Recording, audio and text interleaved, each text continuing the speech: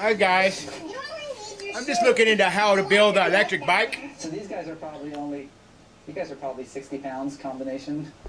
It's still pretty light. All right, there you go. All right. So this is a cargo bike that I ended up building for this woman that I don't think she's a big cyclist. But she wanted to be able to use it to get groceries and haul her dog around. Basically, this is meant to haul heavy loads. Like, you know, this thing will hold a couple 100 pounds easily, and you'll still be able to pedal it.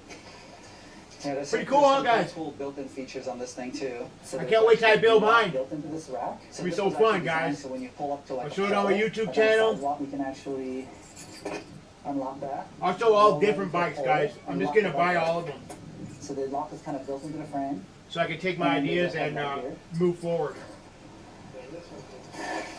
And I need crowdfunder guys to come through. Come on, guys! A town bike, like a commuter. Try to having a miserable life. Generator hub, which powers up these I got enough in my brain to make us good videos.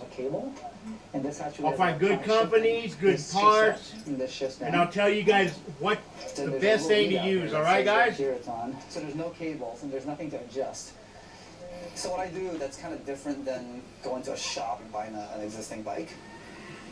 And what I do is basically I cut tubes and make frames specifically for that person.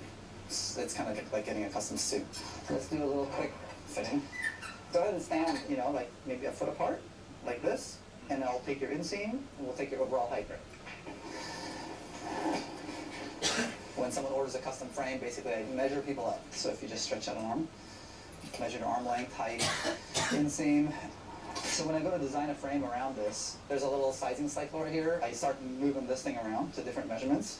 So what I do now is I pretty much set this thing up to where I think you should be riding, and then we fine tune it. So it's 33, 40, 840. So this basically will give you your standover height. So what I normally do is, you know, kind of put it in the ballpark where I think you should be riding, so then you can kind of get on it. This is where it comes in as far as giving you the right size bike, basically. So this is where someone can sit here for a little while and try your hands in different positions. So you're basically going to try it out here, try it down there, and I look at your back. Yeah, so like this doesn't actually look that bad on you. And a lot of people, you know, okay, well, it might feel a little short, and I can extend this, or extend the whole top too. So you hold a conversation now, you right. Fine tailor. Exactly. And then once this is dialed, there's some key measurements I take. So the handlebar height, so when I go to set up the complete bike, so when I go to put all the components on it, it's in the right spot. But everything else down here is what I build. So basically I'll be building, you know, this size frame, and you'll already know what it feels like. Do you think it's similar to a suit that when you fine tailor something, you can tell the difference? I think so, yeah. Because another thing that I do that you can't see is picking and choosing the right tubing for the customer.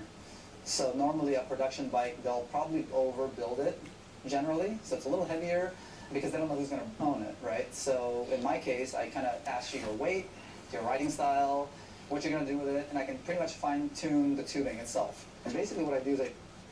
See what he does? He builds that bike, finds it, tunes it, and these are new jobs for the future too, guys. Designing, building your own with 3D printers, different parts.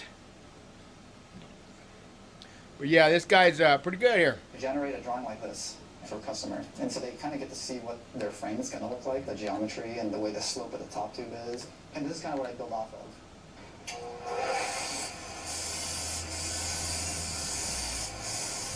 Junior high, I took wood shop. So I've actually never worked with metal until I got into frame building.